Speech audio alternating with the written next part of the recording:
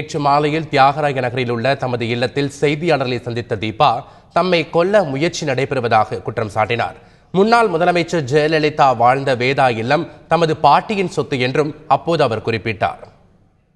இது எங்க grand mother purchase பண்ண ப்ராப்பர்ட்டிங்கிறதுனால இதுக்கு டாக்குமெண்ட்ஸ் தேவை கிடையாது. இது அவங்க உயில் எழுதி இவங்களுக்கு கொடுக்க சொல்லி உயில் எழுதியிருக்காங்க. அது எங்கிட்ட சட்டப்படி நடவடிக்கை எடுக்க போறதா சொல்லிருக்கீங்க. நாளை டெல்லி போறதா சொல்லிருக்கீங்க. சட்டப்படி முதல்ல இன்னைக்கு என்ன தாக்குதல் என் மீது நடத்துனதுக்கு என்ன தேவையில்லாம அங்க பொய்யான ஒரு நாடகத்தை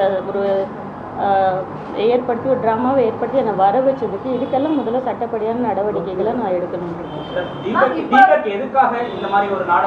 என்னை கொல்ல சதித்திட்டம் நடந்து கொண்டிருக்கிறது.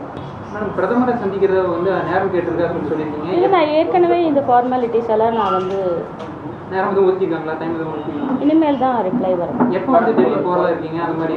அப்பாயின்மெண்ட் கொடுக்குறாரோ அப்போ இமீடியட்டாக உடனடியாக நான் போய் வர சந்திக்கிறேன்.